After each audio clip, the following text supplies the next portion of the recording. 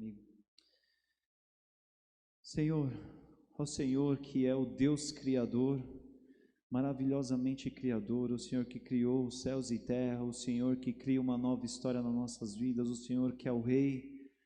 Ao Rei Jesus, nós estamos diante do Senhor te adorando aqui presentes juntos nessa noite.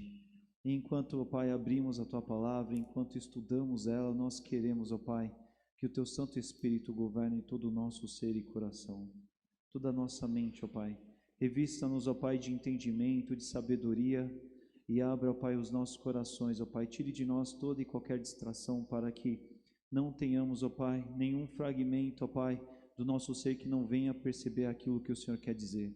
Tire de nós, ó Pai, tudo aquilo que seja algum desvio de foco para não compreender, para não raciocinar, para não ouvir, mas que o nosso coração esteja aqui como terra, ó Pai, sedenta e pronta para ouvir aquilo que o Senhor diz à Tua igreja, a minha vida e a vida dos meus irmãos. É assim que nós oramos, é assim que nós suplicamos nessa noite. Nos abençoe com a Tua Palavra. No nome santo de Jesus. Amém. Amém. Bem, irmãos, na semana passada nós começamos então a série nossa de estudos, de olhar para a Palavra de Deus, agora desse mês de abril, nessa série chamada Religare. E temos aí, no entorno desse tema, desse assunto, a proposta de olhar pontos da história bíblica, pontos centrais da história da redenção. Em 4 domingos veremos 4 pontos, nos dedicando em nos rever a respeito desse assunto, pensando que esse assunto ele gira todo no entorno da cruz de Cristo, porque essa é a mensagem central da Bíblia, a Palavra de Deus. E estamos aqui então pensando e percebendo como é essa história sobre Deus e o homem, sobre esse relacionamento, porque já falamos na semana passada que religar tem a ver nesse aspecto, nessa ideia de construção da ligação entre o homem e Deus. E temos visto e vamos continuar ao longo desse mês, então, dentro dessa proposta. Na semana passada, nós, então, nos dedicamos a olhar e pensar e refletir sobre o começo disso tudo. E nós olhamos, então, lá para Gênesis 1 e 2 e vimos algumas coisas muito importantes, muito chaves, coisas das quais nós, inclusive, cantamos aqui hoje, nessa noite. Não é? Nós vimos então que Deus cria um mundo maravilhoso como ele é, digo respeito aqui com relação à natureza, e essa natureza criada que expressa, que demonstra, que mostra, que atesta a glória de Deus, ela é um lar que Deus criou para o homem. Vemos então que Deus criou o homem e colocou para habitar nesse local, mas colocou o homem dentro de uma caracterização diferente dos outros seres criados, dos outros elementos da natureza, porque o homem ele veio feito à imagem e semelhança de Deus, e quando a gente fala nesses aspectos, a gente viu na semana passada que isso tem a ver com muitas coisas.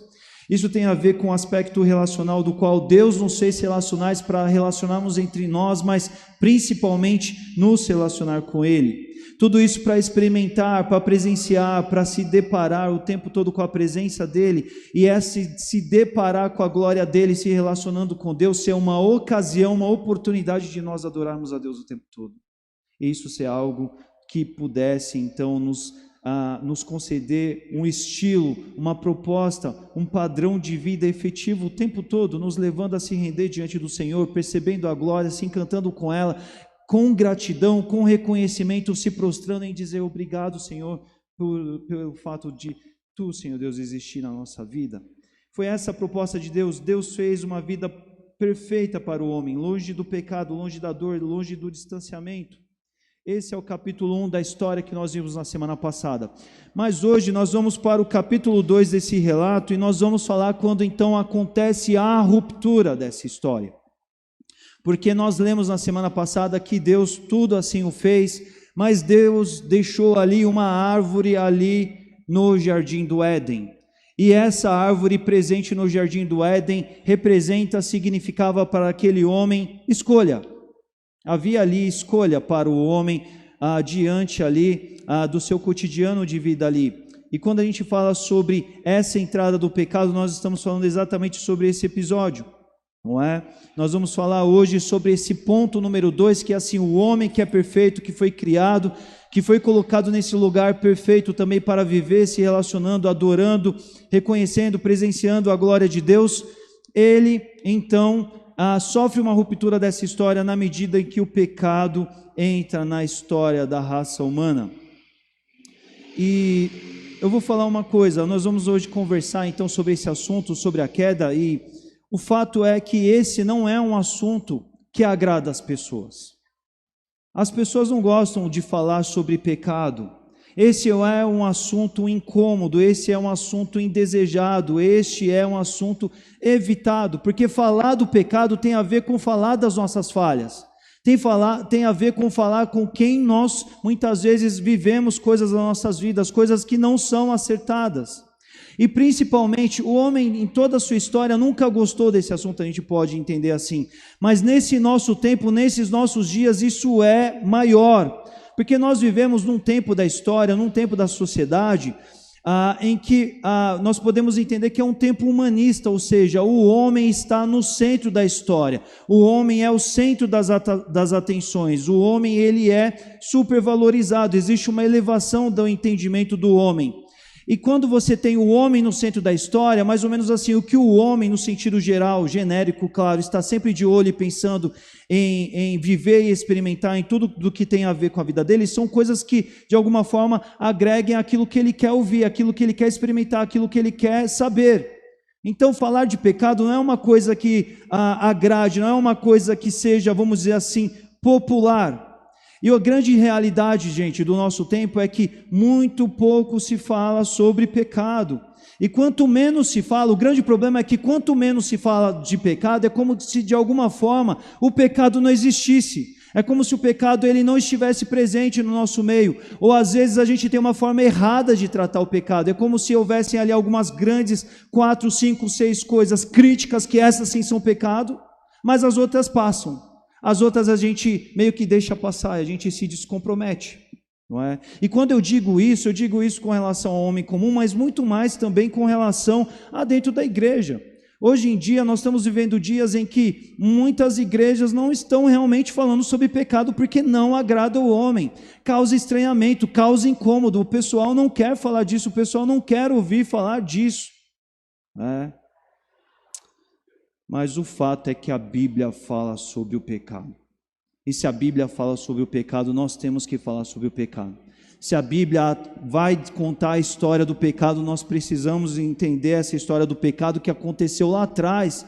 Mas hoje nós vamos ver o quanto essa história ela tem a ver com o nosso hoje, também com o nosso dia a dia. E é sobre isso que nós vamos falar hoje. Convido você para que abra a sua Bíblia lá em Gênesis, no capítulo 3.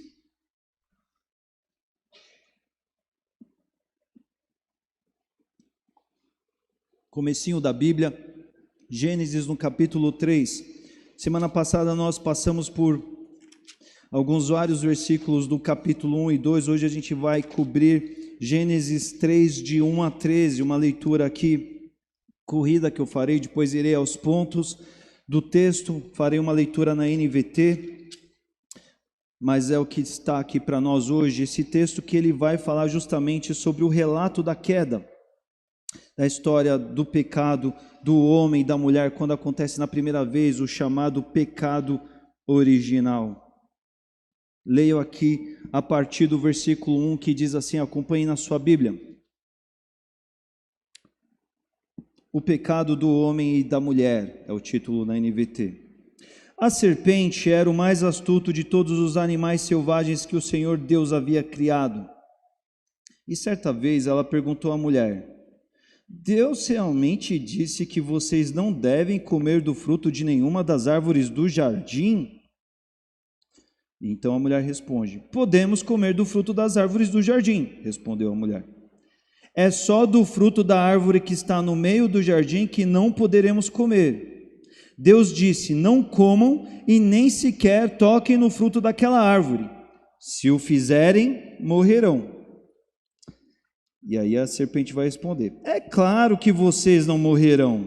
A serpente então respondeu à mulher, Deus sabe que no momento em que vocês comerem do fruto, seus olhos se abrirão e, como Deus, vocês conhecerão o bem e o mal. A mulher viu que a árvore era linda e que seu fruto parecia delicioso e desejou a sabedoria que ele lhe daria. E assim tomou do fruto e o comeu. E depois deu ao marido que estava com ela, e ele também comeu. E naquele momento seus olhos se abriram e eles perceberam que estavam nus. Por isso costuraram folhas de figueira umas às outras para se cobrirem. Quando soprava a brisa no entardecer, o homem e sua mulher ouviram o Senhor Deus caminhando pelo jardim e se esconderam dele entre as árvores. Então o Senhor Deus chamou o homem e perguntou: onde você está? E ele respondeu: ouvi que estavas andando pelo jardim e me escondi. Tive medo, pois eu estava nu. Quem lhe disse que você estava nu? Perguntou Deus. Você comeu do fruto da árvore que eu lhe ordenei que não comesse? E o homem respondeu: foi a mulher que me deste. Ela me ofereceu do fruto e eu comi. Então o Senhor Deus perguntou à mulher: o que foi que você fez? A serpente me enganou, respondeu a mulher. Foi por isso que eu comi do fruto.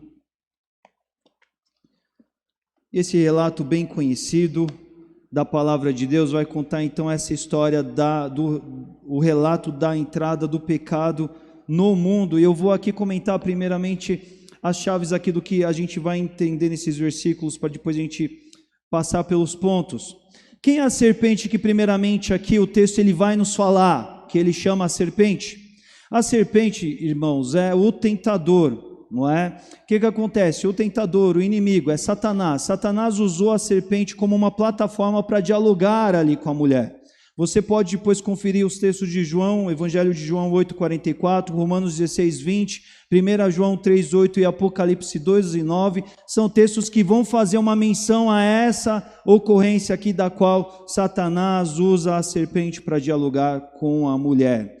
Mas eu quero chamar a atenção de você aqui para alguns pontos que a gente vai percebendo, algumas nuances de todo esse episódio que vai se desenrolando aqui, porque muito embora essa história seja tão antiga, ela está acontecendo nos nossos dias também, adivinhe você. Da mesma forma, do mesmo jeitinho. Olha que interessante, isso não muda, né? Vamos lá, o que a gente já percebe aqui logo no versículo 1, é quando a serpente começa a falar com a mulher, e ela fala assim: foi isso mesmo que o Senhor Deus disse? E a gente já deve começar prestando atenção nesse tom que a serpente vai usar para falar com a mulher, porque é um tom que já começa assim: como é que é? É isso mesmo? Não é? Puxa, é exatamente isso que Deus falou, e já é um tom meio de colocando em dúvida, já é um tom de Deus falou isso? Sério? Aquela coisa que às vezes a gente pergunta, né? É sério que Deus falou isso?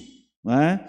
E aí a gente vê que a serpente já vai dialogar, meio que já começa a estabelecer aqui um diálogo meio que, como é que esse papo aí do que Deus falou para vocês, mas já começa num tom meio duvidoso, aquele tom meio que desqualifica aquilo ao qual ela está se referindo.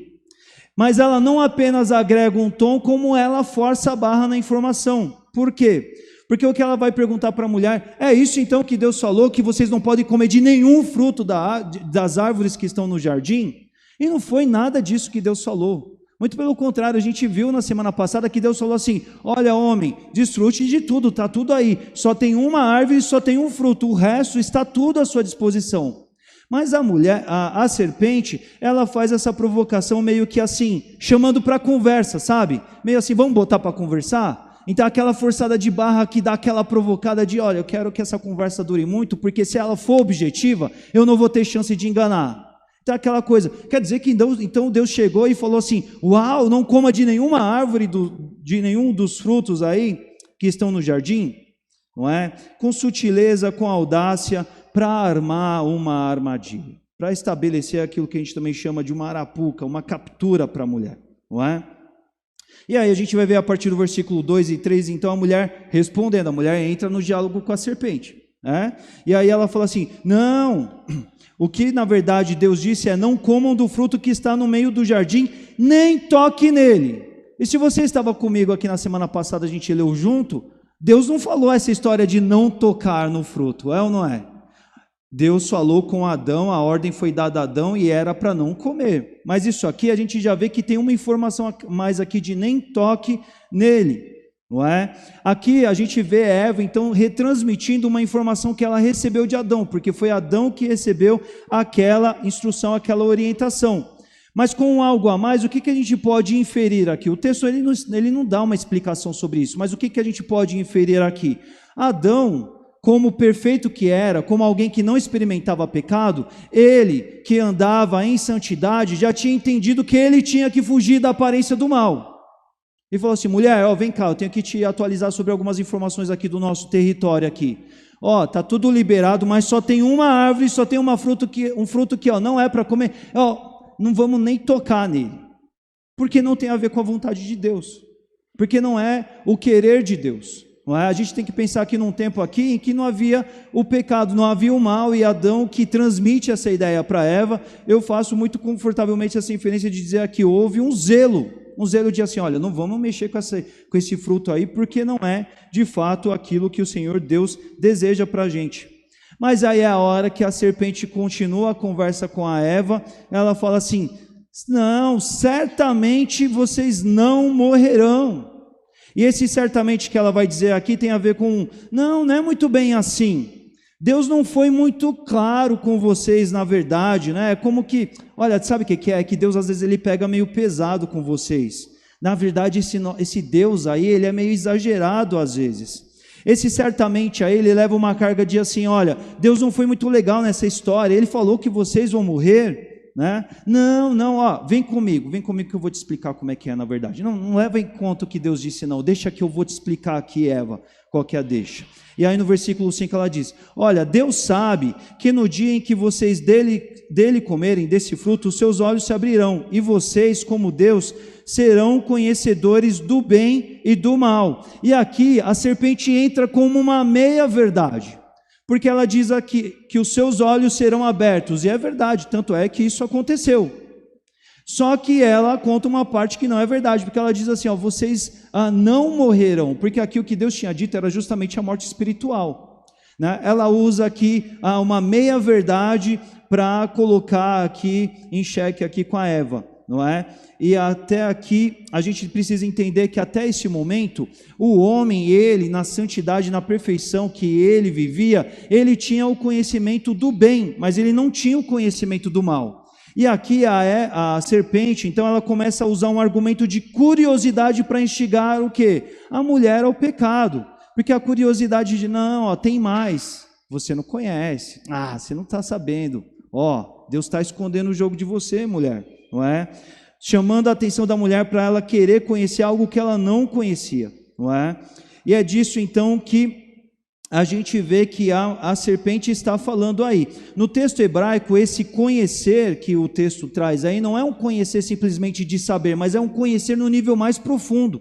É um conhecer no nível de experimentar, de dominar. Então, aquilo que a serpente fala para a mulher é muito instigador do ponto de vista assim, não, vocês só conhecem um pouco dessa história, mas se você comer esse fruto, olha, você vai ser como Deus, você vai experimentar o bem e olha, o mal. Aí você fala assim, mas que doidos eles foram querer experimentar o mal, eles não sabiam o que era o mal. E o mal apareceu atrativo para quem não conhecia e para quem estava ali dando um ouvido para a primeira serpente que estava passando ali na rua, do lado da árvore, não é? Então a mulher, versículo 6 continua, então a mulher viu que a árvore era agradável ao seu paladar. O que isso quer dizer? Aí a mulher prestou atenção na árvore. Falou assim, deixa eu ver essa árvore aí, deixa eu ver esse fruto, né? E aí, então, ela vê que havia ali diante dela algo que ela devia experimentar. Isso é muito importante para a gente pensar hoje em dia também, principalmente os nossos jovens e adolescentes estão sendo muito atraídos, muito seduzidos com esse negócio do, não, você tem que experimentar, você tem que ter a sua experiência, você precisa saber do que se trata, não tem a ver do que os outros estão dizendo para você, vai lá você para se deparar com isso, ou seja, é se instigar-se pela curiosidade. Então a mulher, ela viu que a árvore era agradável ao paladar e viu que era atraente aos olhos, e do que a gente está falando aqui é um processo do pecado que já está acontecendo. É o que a Bíblia no Novo Testamento vai chamar de a cobiça. não é? Porque a cobiça é o que? É você desejar muito algo que não está para você, não é para você, não é algo que seja bom para você, mas você começa a se desejar aquilo. E aí a gente vê que o texto nos diz, começou a ser desejável para a mulher se obter discernimento, de ter o que era de Deus e que não era dela, ou seja, cobiçar isso, né? E aí ela comeu o fruto, ou seja, ela assumiu a dianteira, ela assumiu o controle, ela desobedeceu, ela falou assim, quer saber, eu vou experimentar, quer saber, não importa o que Deus disse, eu preciso saber o que é isso, quer saber, vamos ver como é que é isso, não é? E aí ela comeu o fruto, né? E aí Isaltino Coelho, um autor comentarista de Gênesis, ele fala assim, que nesse momento, para o homem, para a mulher ali, é um momento em que acontece essa ruptura, ela abandona a teonomia, ou seja, a lei de Deus, para viver o que? A autonomia, que é o que? A lei do homem. Não, eu sou autônomo, eu escolho aqui, que lei de Deus o que? É a minha lei que vai vigorar aqui, eu quero saber como é que é isso. E aí ela deu ao seu marido, ou seja, ela multiplicou, ela ampliou a desobediência, ou seja, um ato social. O pecado começa aqui a tomar essa proporção dessa experiência de que se impulsiona, influencia outros a experimentarem também. Mas aí a gente se depara com o marido que foi ele, o marido que recebeu a ordem de Deus. Era ele que devia botar um ponto final dessa história, era ele que devia afirmar uma posição de dizer assim, mulher, não. Mas ele, ao invés de se posicionar, ele vai no embalo, ele vai na mesma, não é?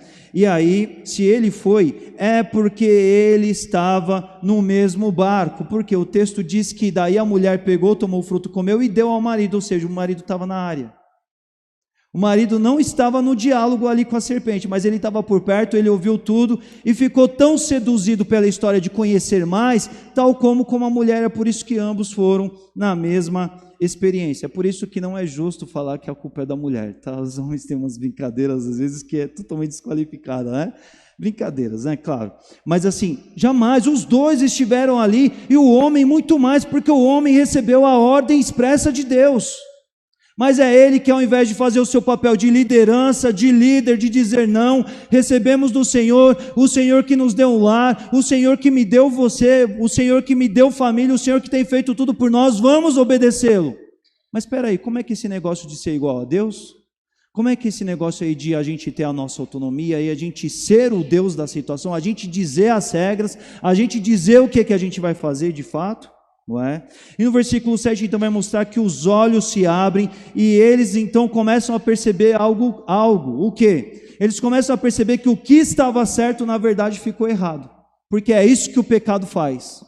Aquilo que é certo começa a tomar uma expressão de errado, de que não vale a pena, de que de alguma forma não está certo, porque Deus fez o homem e mulher naturalmente, vivendo na perfeição, tudo era perfeito, não havia problema em nada, mas aí o homem começa a achar o problema, porque o pecado faz isso com a raça humana. E aí então o homem começa já a ter os resultados, as consequências do pecado. Ele vai se esconder, ele vai guardar o erro e a consequência desse pecado já consigo mesmo, não é? Ele não vai encarar a situação de frente, mas ele vai fugir com a mulher, tipo assim, a gente desobedeceu, deu ruim, né? A primeira expressão, né, puxa, não funcionou isso, vamos nos esconder. E aí no versículo 8, então vem Deus que vinha ao jardim se relacionar com o homem, Deus que vinha visitar o homem, Deus que vinha ali ter esse encontro com o homem. E então a gente vê que o pecado ele é tão maléfico que agora valia a pena, por causa do pecado, se esconder de Deus, porque quando Deus chega para visita, quando Deus chega para abençoar o homem, quando Deus chega para se relacionar com o homem está se escondendo de Deus. Olha o que o pecado faz na vida do homem. Então, versículo 9, Deus chama o homem. E por que Deus chama o homem? Porque Deus não sabia onde Adão estava escondido? Não, esse chamado já aponta para assim, é um chamado à responsabilidade, mais ou menos assim, Adão, cadê você? Porque quando nós estamos vivendo aquela fase de intimidade, de santidade, de busca por Deus, a gente tem prazer de estar na presença de Deus, a gente quer mais, a gente busca, a gente é incansável, a gente deseja muito mais por isso, não é? Mas quando Deus já chega no jardim, Deus já sabe de tudo, e o primeiro indício disso é que o homem não está na área ali para o relacionamento, o homem não está ali para presenciar a glória de Deus, o homem está fugindo do que há de melhor, porque o pecado tinha comprometido a sua existência ali já. E aí esse é o momento então no versículo 10 em que o diálogo começa entre Deus e o homem, né? E Adão fala para Deus, versículo 10, olha, percebi sua chegada e fugi de você. Primeiro indicador do que já tinha acontecido.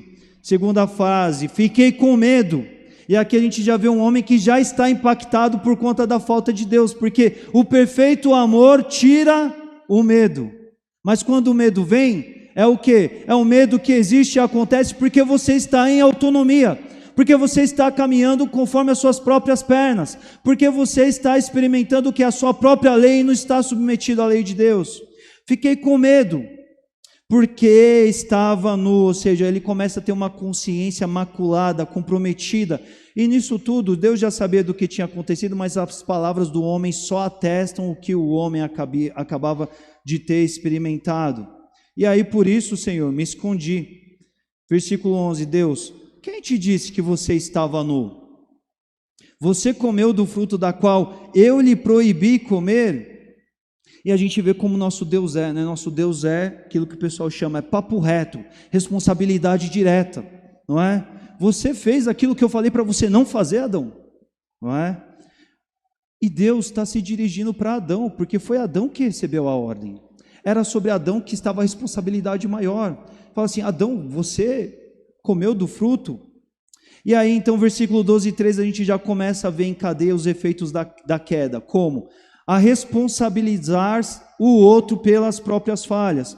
Porque a primeira frase do homem, então, para Deus em resposta a essa chamada de responsabilidade é assim, olha Deus, sabe o que é? Foi a mulher que tu me deste. Porque com essa frase o homem está dizendo assim, ó Deus, ou a culpa é da mulher, ou foi de você que me deu essa mulher, Deus. Mas minha não é. Deus, ou é ela, ou foi você que chegou aí me dando essa aí que me faz errar de caminho. Efeito direto do pecado. A culpa pode ser de um ou de outro, mas não eu. E a gente vê aqui o início de uma era, de uma raça humana comprometida, maculada, que está o tempo todo comprometida em defender o próprio eu, o próprio ego, se escondendo, se esquivando da responsabilidade, conhecendo o mal e já vivendo sobre a influência do mal já aqui agora, não é?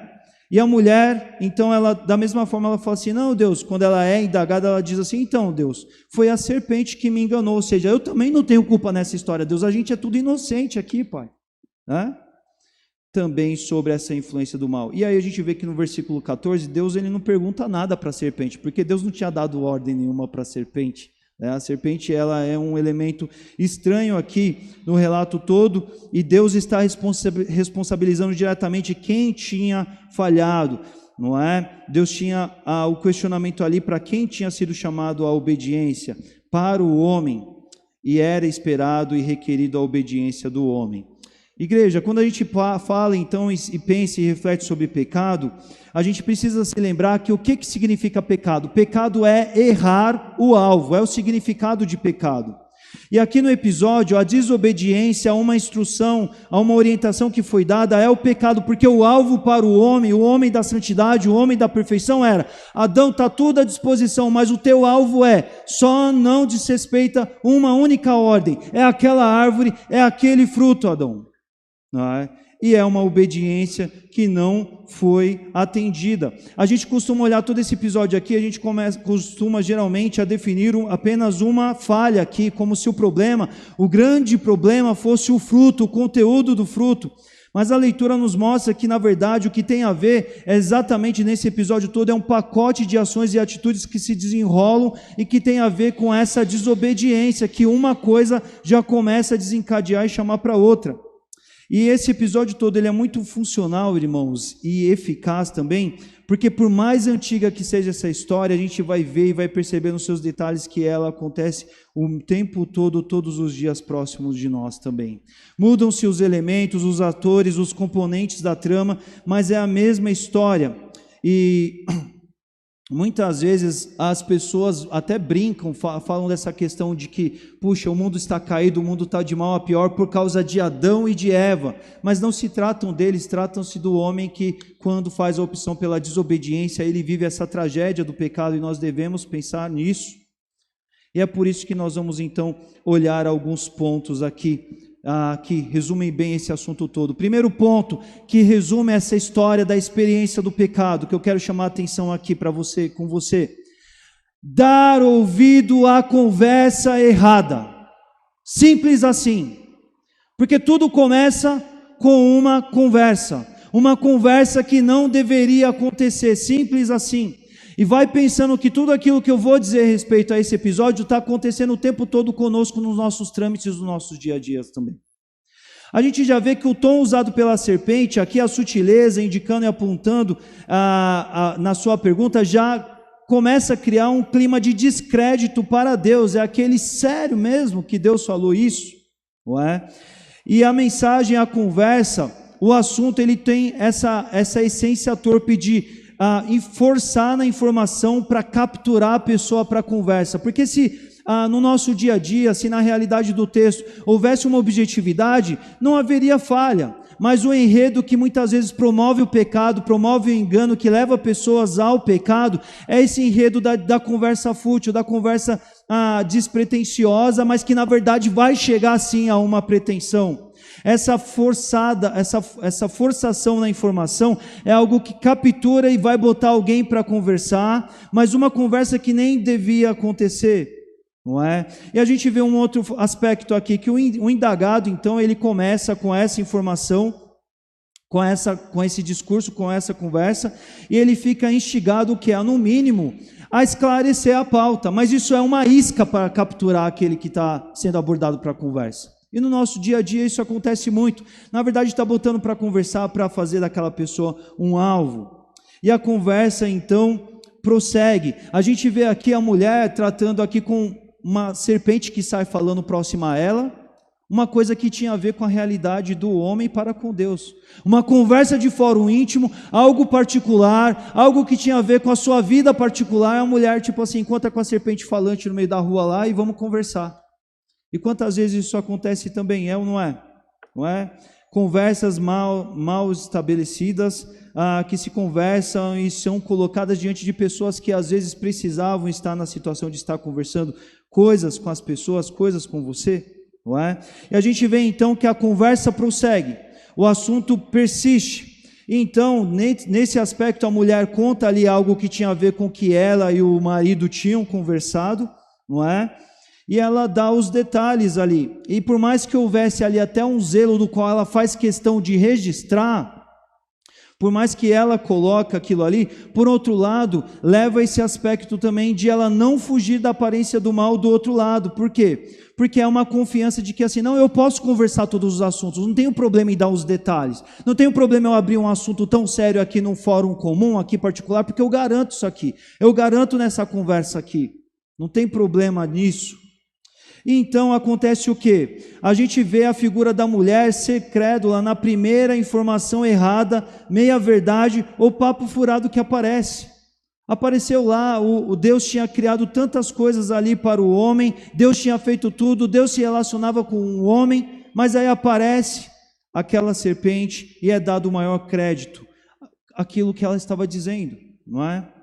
E às vezes, isso é muito importante para a gente, aquela meia-verdade, aquela fala que vem com uma parcela de verdade, e que no nosso tempo é muito sério isso, porque muitas vezes, no engodo, no papo errôneo que vem com uma meia-verdade, a ideia da meia-verdade é te capturar para validar todo o resto que não é verdade. Então muitas vezes a pessoa entra e fala algo ali que é verdade para dizer assim, olha, todo mais que eu vou falar também, ainda que você não tenha ouvido ou recebido isso de alguma forma, é verdade porque você viu que parte da história é verdade. E crédito é conferido àquela situação ali, não é? E aí a gente vê aqui a mulher que se permite ser vítima de uma curiosidade nociva.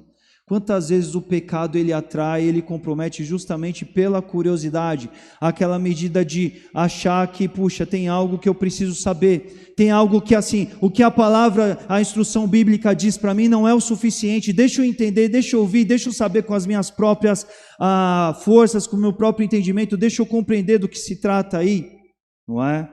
E a gente vê então que essa curiosidade ela é corrosiva porque ela vai na direção contrária de Deus.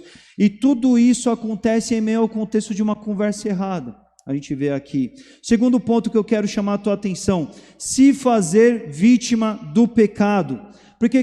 Por que eu digo isso? Porque a gente vê que o pecado aqui não foi um escorregão, mas foi uma coisa premeditada.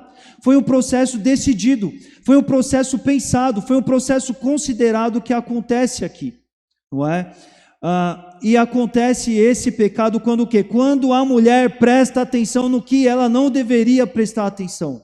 Quando ela fala assim, olha, eu recebi a instrução, maridão até falou assim, olha, toma cuidado com isso aí, nem toca nisso aí, mas deixa eu ver como é que é o pecado. Será que de repente ele não é atrativo para mim também? Ela presta atenção naquilo que ela não devia prestar atenção, e é aí que tantas vezes a mulher foi, tantas vezes pessoas são capturadas para o pecado, não é? Pelo fato de permanecerem na aparência do mal, porque o que a Bíblia nos recomenda sobre fugir da aparência do mal tem a ver exatamente com o que José experimentou lá no Egito e que a Bíblia conta. Quando José vê que ele está na iminência de acontecer alguma coisa ali que feriu os seus princípios, ele sai correndo, ele foge mesmo. Ele fala assim, aqui não é lugar para eu ficar, eu não vou prestar atenção aqui no que a mulher está falando, eu não vou tentar dialogar com ela, eu não vou tentar convencer ela que não, eu tenho que fugir daqui. Mas não é o que a mulher faz.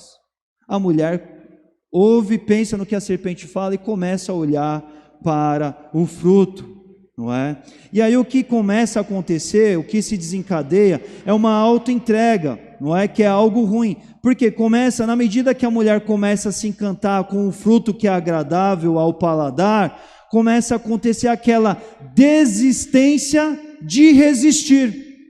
E é isso que muitas vezes o pecado faz com a gente quando a gente começa a prestar muita atenção nele. Porque a gente começa na resenha mental de prestar atenção, de dizer por que sim, por que não, será que sim, será que não, será que eu obedeço, será que eu não obedeço? E aí quando você olha e presta atenção e foca naquilo, aquilo seduz, aquilo captura, a um ponto que chega um momento que não é possível mais resistir, é tarde demais, era a hora de fugir, a hora de fugir era no instante anterior. Mas a mulher permaneceu, a mulher prestou atenção no fruto e a mulher persistiu sobre aquela atitude de falha. Ela então solta-se ao controle na mão da cobiça. E o texto de Tiago 1,15, lá no Novo Testamento, vai falar sobre a cobiça. A cobiça, ele é o pecado que nasce na nossa cabeça antes dele acontecer, não é? Antes dele acontecer, porque essa sedução que ocorre na mente toma os sentidos e começa a apontar para essa vontade irresistível de pecar, e começa tudo na mente do homem, mas começa quando existe uma onda, quando você não rompe com aquilo, quando você não volta aos princípios e quando acontece aquela sedução, aquele comprometimento com aquilo ali. E surge então esse desejo de se fazer Deus. Eu quero também para mim o que cabe a Deus, eu também quero ser Deus, eu quero ter o que Deus tem, eu quero fazer o que Deus faz, eu quero decidir como Deus decide, eu quero ser aquele que diz, sim, eu vou fazer porque sou eu que digo o que faço, não é Deus, simples assim. Tudo isso está implícito aqui nessa atitude do homem e da mulher, quando eles tomam daquele fruto e falam assim, por que é Deus que tem que dizer o que a gente tem que fazer? Só porque Ele é o nosso Criador? Só porque Ele sabe do que a gente foi feito? Só porque Ele sabe dos nossos limites? Só porque Ele é o dono da história toda, Ele vai me dizer, não, eu vou ser Deus no lugar desse Deus aqui. Eu que mando aqui, eu vou me impor aqui, eu vou me afirmar em cima desse Deus aqui. De novo, Exaltino Coelho, ele comenta, ele diz assim, olha, o homem creu que havia sabedoria e coisa boa fora de Deus.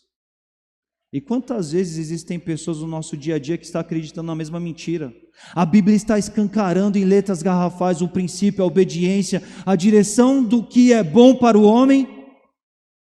Ah, mas talvez o meu critério, mas comigo, no meu caso é diferente. é diferente, eu dou conta de lidar com isso aqui, não é?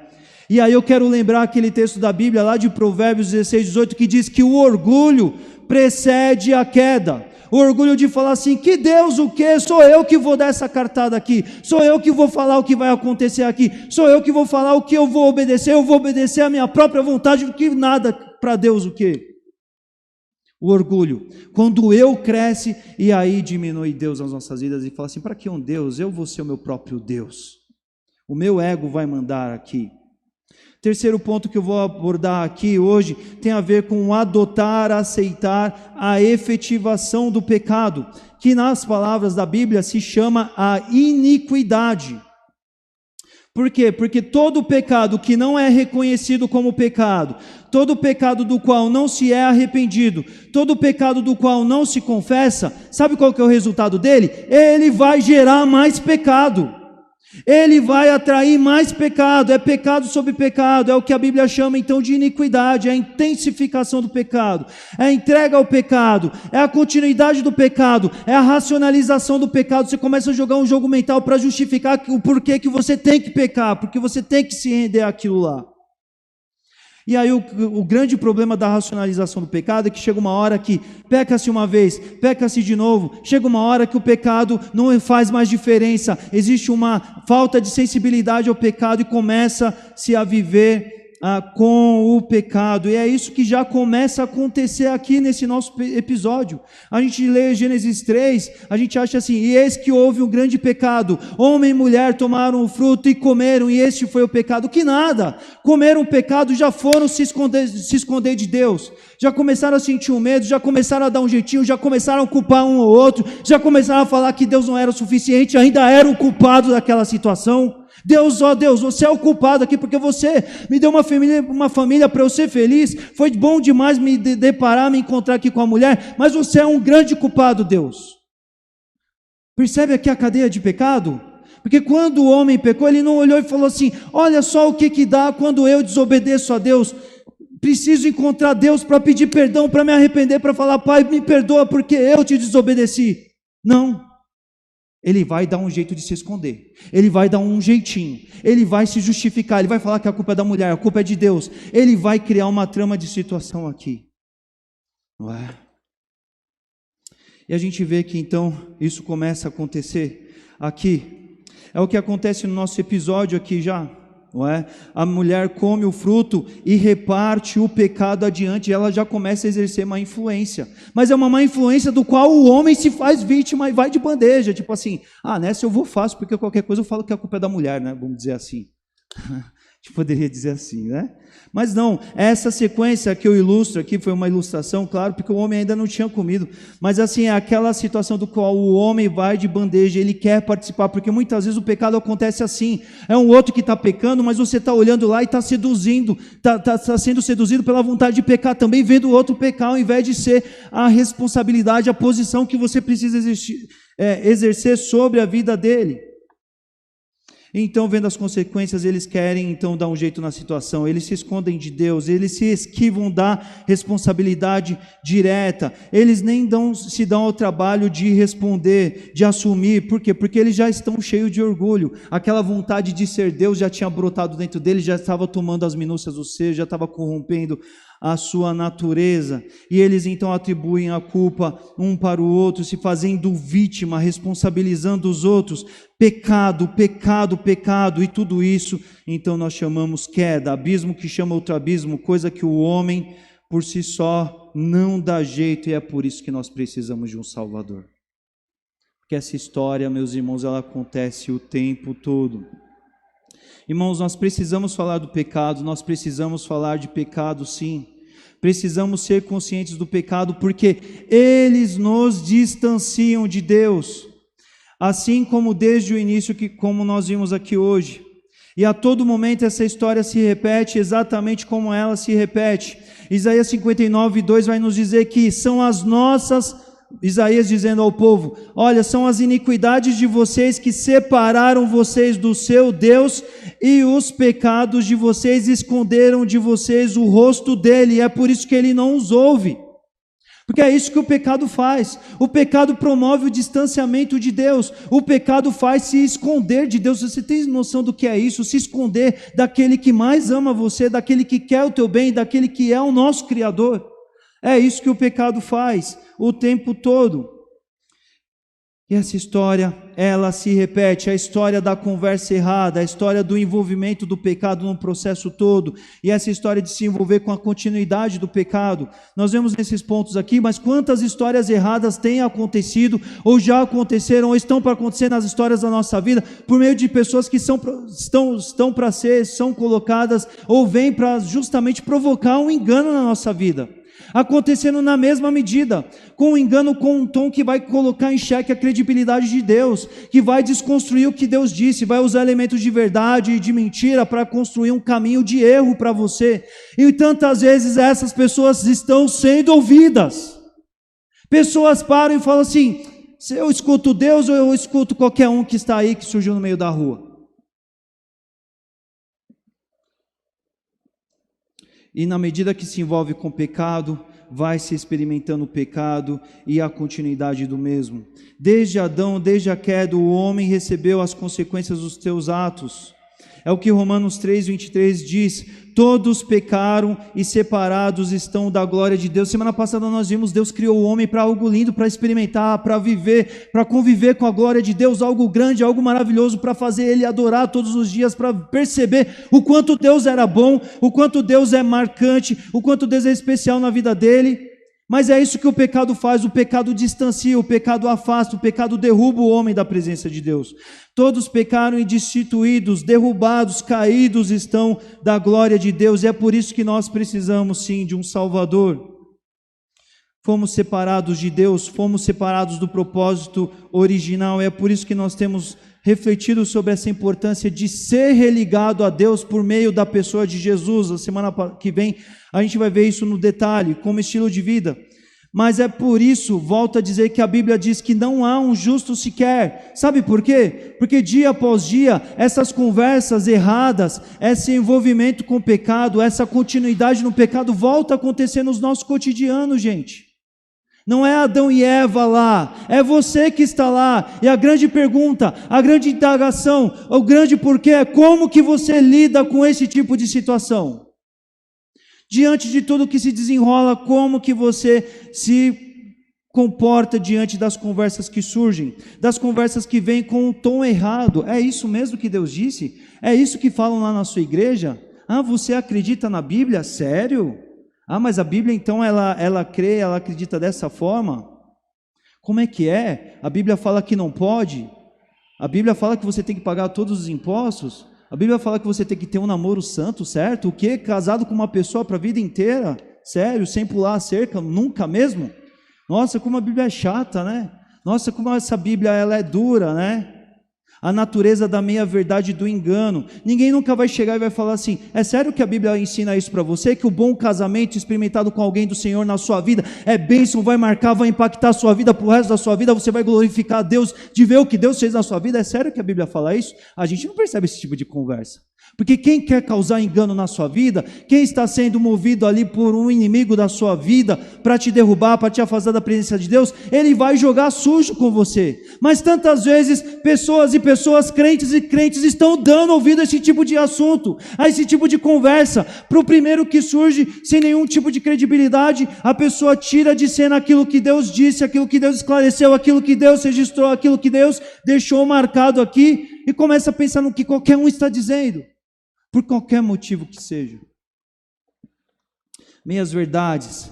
A natureza, depois de Adão e Eva, a nossa natureza, a natureza humana, ela ficou sendo essa natureza dessa conversa voltada por engano, da meia-verdade, que atrai o pecado, que concebe o pecado, que está sempre movido pela cobiça. Porque daí o ser orgulhoso está sempre desejando mais, nunca está satisfeito, nunca está cadenciado em glorificar a Deus, em adorar a Deus, em ser grato a Deus pelo que Deus está colocando na sua vida, mas sempre é essa vida de vaziez. Porque a vida que se vive distante de Deus é uma vida incompleta, porque o que completa a sua vida é a glória de Deus. Mas quando o pecado vem e te distancia de Deus, sempre vai faltar algo, e o grande sentimento que surge nas pessoas é que o que está faltando é aqueles elementos das quais ela tem cobiçado e ela precisa suprir para ser feliz. Mas não é, é a glória de Deus. É a obediência a Deus, é o comprometimento com Deus, é o dizer: eu não vou pecar, eu não vou entrar nessas conversas, eu não vou me render, eu vou obedecer o que a Bíblia diz. Eu vou estar comprometido com o que a Bíblia colocou. E quando acontecer, quando eu falhar, eu não vou me esconder, eu não vou ficar com medo daquele que mais me ama, eu vou procurá-lo para ser purificado das minhas falhas. Eu vou me colocar na presença dele, eu não vou culpar os outros, eu não vou me eximir da minha responsabilidade daquilo que eu fiz. Eu não vou me vitimizar dizendo que foi o outro. Eu não vou me vitimizar dizendo que assim, olha, foi o processo, foi o ambiente, foi o outro elemento, foi você que não atendeu em obediência a Deus. Essa natureza humana, ela é corruptível. Segundo o que a própria Bíblia então nos diz, nós temos que, nas palavras de Paulo, nós temos que mortificar as obras da carne, essa natureza que quer a desobediência. Romanos 8, Gálatas 5 falam disso, esses capítulos da palavra. Depois de aceitar que a gente precisa urgentemente de um Salvador e o recebe na nossa vida, que é o nosso Senhor Jesus Cristo, Ele então nos salva, mas depois nós precisamos seguir um caminho de continuar mortificando essa natureza até que a gente vá morar com Ele, perto dEle, que nem nós cantamos hoje, para voltar às origens do que Deus nos criou. Depois que nós recebemos a Jesus, a gente vai falar nisso a fundo a semana que vem, depois que nós recebemos Jesus, Jesus vem morar na nossa vida, mas a carne está aqui. Nós estávamos falando hoje cedo na classe de batismo, a carne não se converte, meu irmão. A carne, ela vai querer te empurrar para o papo furado, a carne, ela vai querer te levar para a desobediência, a carne vai querer te articular e jogar. Mas é nesse momento que nosso novo homem, nova criatura tem que falar: eu tenho instruções da parte de Deus e eu quero obedecer esse Deus. A minha vida é uma vida de obediência, e o pecado é algo do qual eu quero lutar contra, eu quero superar, eu quero abandonar da minha vida, porque eu não quero perder o relacionamento com Deus, eu não quero perder e ser afastado da glória de Deus, eu não quero me ver aqui cada vez mais me distanciando daquele que é puro amor para a minha vida, mas no que for necessário, no que for preciso para mim, eu quero confessar, eu quero me colocar diante de Deus para ser purificado de toda injustiça, conforme a palavra de Deus nos diz. Porque se voltarmos para Ele, Ele cuidará de nós. Se voltarmos para Ele, se abrirmos mão do nosso orgulho e falarmos: Senhor Deus, eu não quero outra lei, eu não quero a minha própria lei, eu quero a lei do Senhor imperando na minha vida, Ele vem com a glória dEle, Ele nos capacita a gente a viver o relacionamento com Ele, Ele nos capacita a vivermos perto dEle, que nem nós cantamos aqui hoje. Mais perto quero estar, Senhor, de Ti. Mais perto, e para viver perto do Senhor, você precisa entender as falhas da sua vida, você precisa entender as coisas que às vezes estão acontecendo e precisam ser diferentes, você precisa entender as conversas que estão acontecendo e que estão te levando para o erro e que não apontam para a vontade de Deus. Você precisa ler a Bíblia, nutrir-se da Bíblia, ouvir a palavra de Deus para obedecê-la. Você precisa se voltar para Ele, para viver uma vida de adoração na presença dEle, conforme nós vimos na semana passada. Igreja, esse é um momento nosso com Deus, um momento seu com Deus. Eu convido você a baixar sua cabeça e orar, porque além daquilo que eu mencionei aqui, desse relato do pecado, ele acontece o tempo todo. Certamente, ouvindo essa palavra, talvez você tenha identificado conversas que já aconteceram ou que estão acontecendo na tua vida que te distanciam de Deus. Conversas que promovem um engano, conversas as quais caracterizam o envolvimento com o pecado, que tiram da vontade de Deus. Se o Espírito Santo está dentro de você, Ele tem te mostrado aquilo que não é da vontade de Deus e que pode estar às vezes em meio aos seus dias. Enquanto você ouvir essa mensagem, certamente coisas podem ter passado. Esse aqui é um relato tão antigo, mas quantas vezes a gente tem visto dessas conversas A Bíblia nos diz que a gente lida com o mundo, com um sistema que está o tempo todo nos tirar da obediência a Deus. A Bíblia fala que a carne, ela milita contra o nosso ser, contra o nossa nova criatura espiritual, também nosso homem espiritual. Ainda temos também o inimigo das nossas almas, que também quer nos afastar de Deus, e a gente vê 3 fontes de força que querem promover o pecado na nossa vida, querem nos tirar do alvo da obediência. Mas maravilhosamente, 1 João 1,9 diz: se nós confessarmos os nossos pecados, Ele é fiel e justo para, por meio de Jesus, nos perdoar os pecados e nos purificar de toda injustiça. Por meio dele, de Jesus, o nosso único Salvador. Por isso que é importante a nós aceitá-lo. Por isso que é importante termos Ele como nosso Salvador, mas depois de ter como Jesus como nosso Salvador, depois de ter a nossa decisão, nós precisamos perseverar numa vida que mortifica as obras da carne, que luta contra o pecado, uma vida que não dialoga nas ruas da vida, nos diálogos fáceis, nos diálogos dos tons errados, das mensagens forçadas, das meias-verdades, do engano que se apresenta de uma forma sedutora, que parece bom, que parece bonito aos olhos, mas depois traz destruição, depois traz o mal, depois traz aquilo que te afasta de Deus, depois traz aquilo que destrói a tua convivência com Ele, depois traz aquilo que te afasta de ver, perceber, conviver com a glória dEle, que te tira da vida da adoração. É o que nós chamamos de processo de santificação, o processo de falar: eu não vou ter parte com o pecado. O pecado, às vezes, se acontecer na minha vida, vai ser um fruto, um resultado, às vezes, de um acidente por conta de algo que às vezes eu não pude lidar, mas eu não vou ficar fazendo jogo, eu não vou ficar fazendo ocasião para conversas que não podem acontecer, eu não vou ficar pensando pelo sim ou pelo não, se eu devo ou não devo obedecer a Deus. Se eu tenho a instrução clara do que Deus já disse, do que Ele quer para a minha vida, me cabe obedecer ao Deus de amor, me cabe obedecer ao Deus que é o Deus Criador, o Deus que me chama para viver a glória, a presença, o relacionamento, o algo especial do qual Ele criou para mim, e se Ele o fez em amor por mim, é bom e não é passível de questionamento, por nada que possa ser atrativo aos meus olhos. É por isso que eu vou fugir da aparência do mal, é por isso que eu não vou fazer sala para aquilo que não deve continuar em acontecer, em ser, que vai contra a vontade de Deus, mas a minha vida deve ser uma vida de: Pai, perdoa daquilo que tem me afastado de Ti, eu confesso aquilo que claramente o Teu Espírito tem mostrado que é errado na minha vida. Pai, me dá forças para lutar contra isso, porque eu não quero ser vítima dessas conversas, eu não quero ser vítima desses argumentos errados, de meias-verdades, de coisas que me distanciam, coisas que põem a Tua palavra em descrédito, mas eu creio, eu me submeto ao Senhor, eu quero a Tua vontade, eu não quero outra coisa para a minha vida, eu não quero autonomia, Deus, eu quero a lei do Senhor governando a minha vida.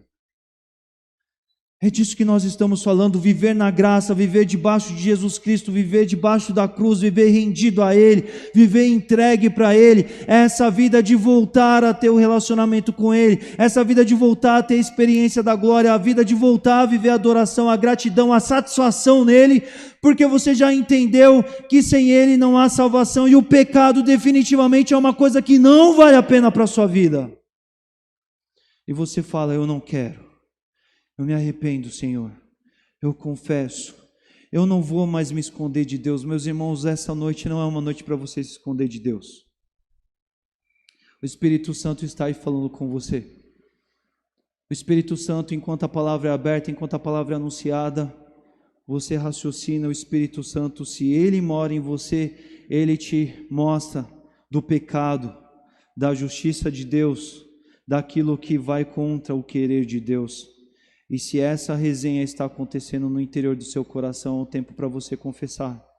É um tempo para você se arrepender de coisas que às vezes você esteja fazendo e que não trazem o Senhor para a sua vida. E não é um tempo de se esconder.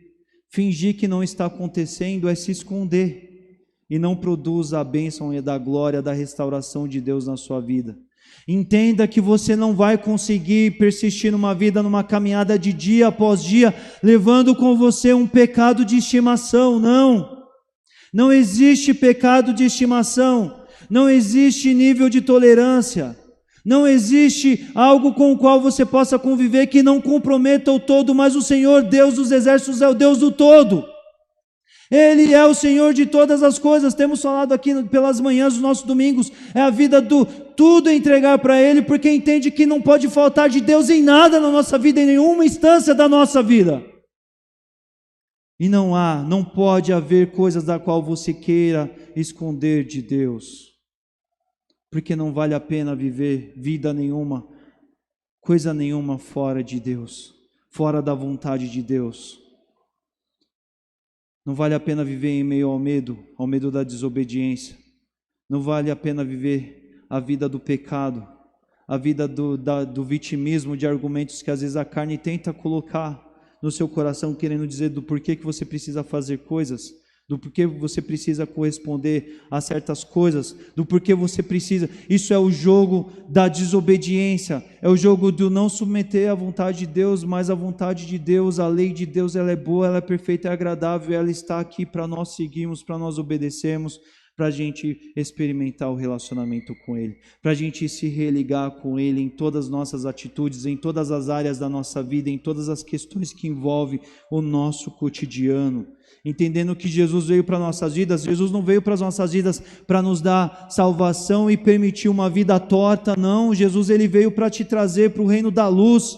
O reino da luz é um reino de santificação, é um reino de temor, é um reino de zelo, é um reino da lei de Deus, mas tudo isso não é uma imposição, não é fardo, porque a vontade de Deus, ela é boa, ela é perfeita e agradável, e quando você abandona a carne e se rende à obediência e fala, vem Espírito me guiar na obediência a Deus, você começa a viver novos momentos de vida do qual você vive a felicidade plena e completa que se existe no relacionamento, na glória, na presença de Deus.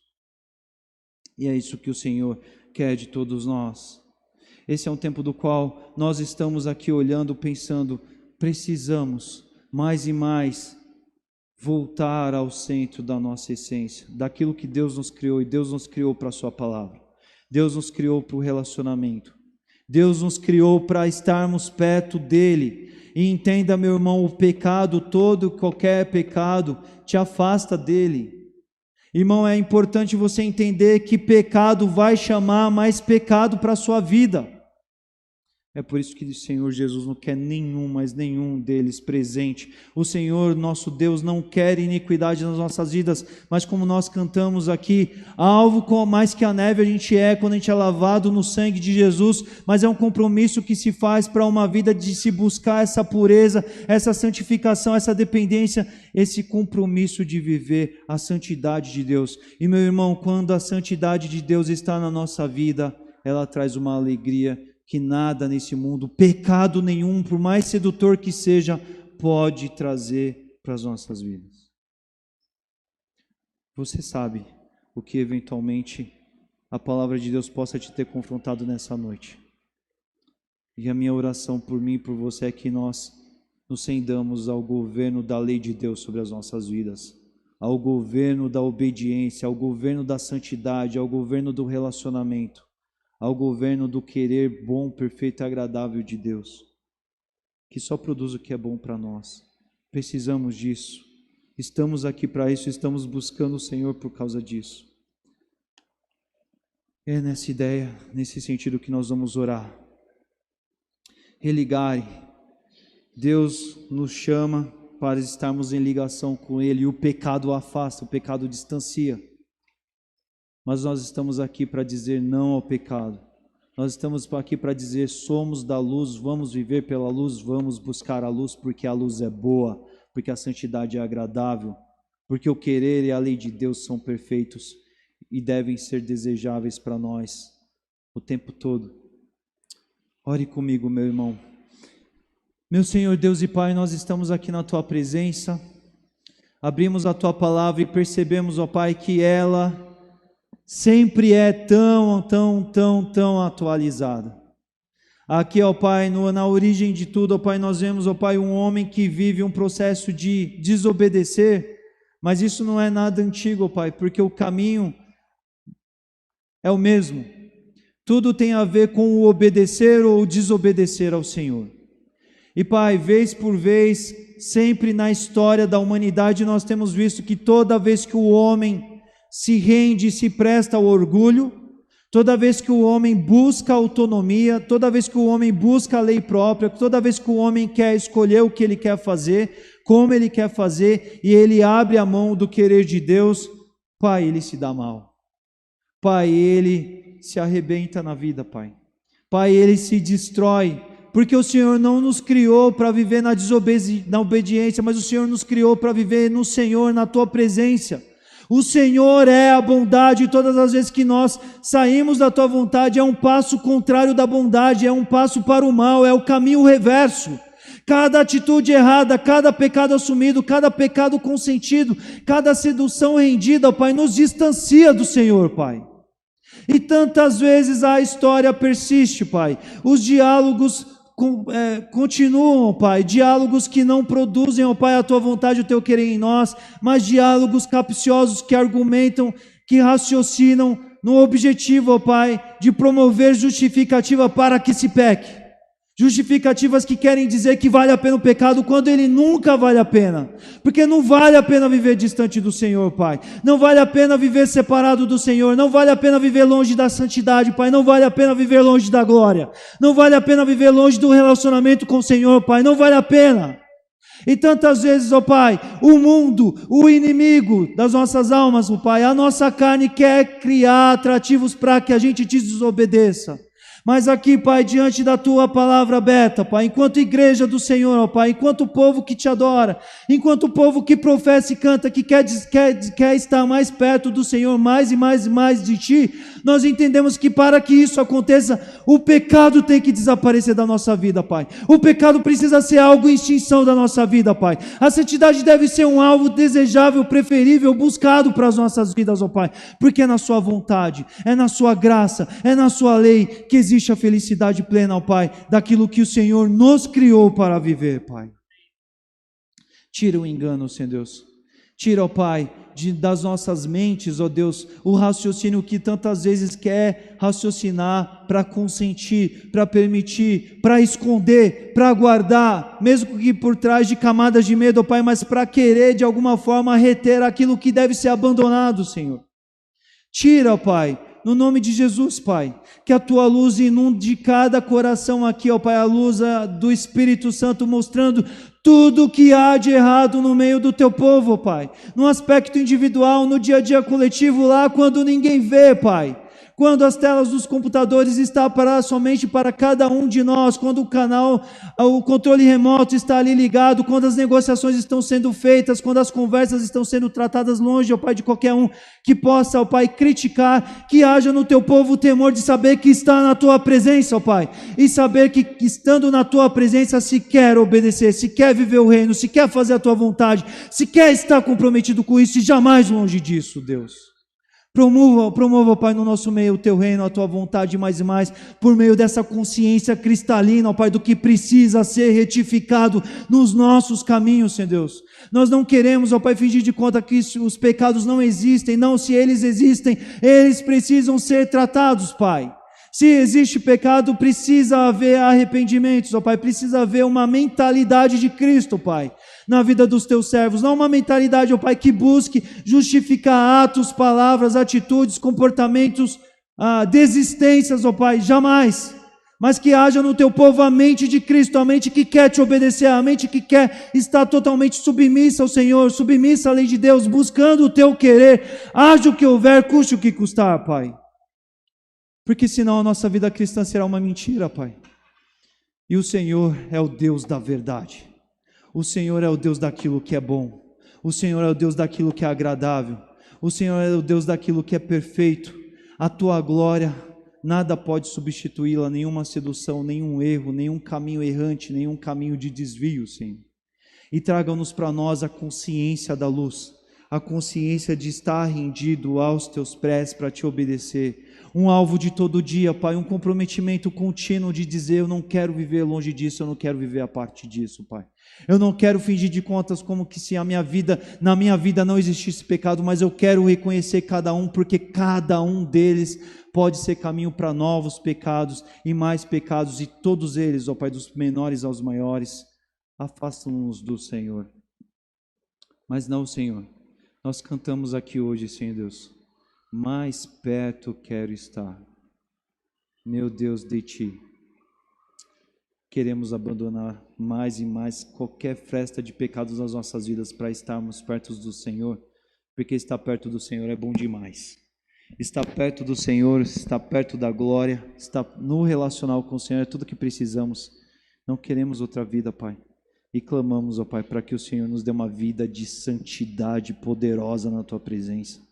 Uma vida de extinção do pecado, uma vida que lute contra o pecado, uma vida que busca aquilo que o Senhor tem para nós. Queremos o relacionamento, queremos estar ligados ao Senhor, queremos a glória, queremos o que é bom, queremos a alegria daquilo que o Senhor faz e faz bem, porque no Senhor há toda a perfeição, a Tua santidade é tudo o que há de especial para nós. É assim que eu oro, Pai, com a Tua igreja, é assim que eu oro com esses meus irmãos, pedindo para que o Teu Espírito nos empodere, Pai, para que no Seu poder a gente lute as guerras, ó Pai, que se apresentam para nós, querendo nos vender o pecado, querendo nos atrair ao pecado, querendo agregar vantagem ao pecado. Não, somos os filhos da luz, somos filhos, Pai, da santidade, e queremos viver comprometida com ela em todos os dias da nossa vida.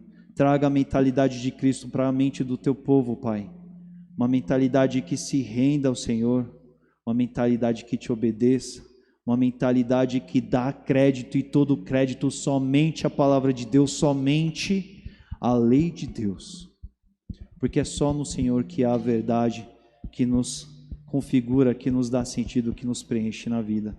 É assim que enquanto o Teu povo nós oramos nessa noite, Senhor meu Deus,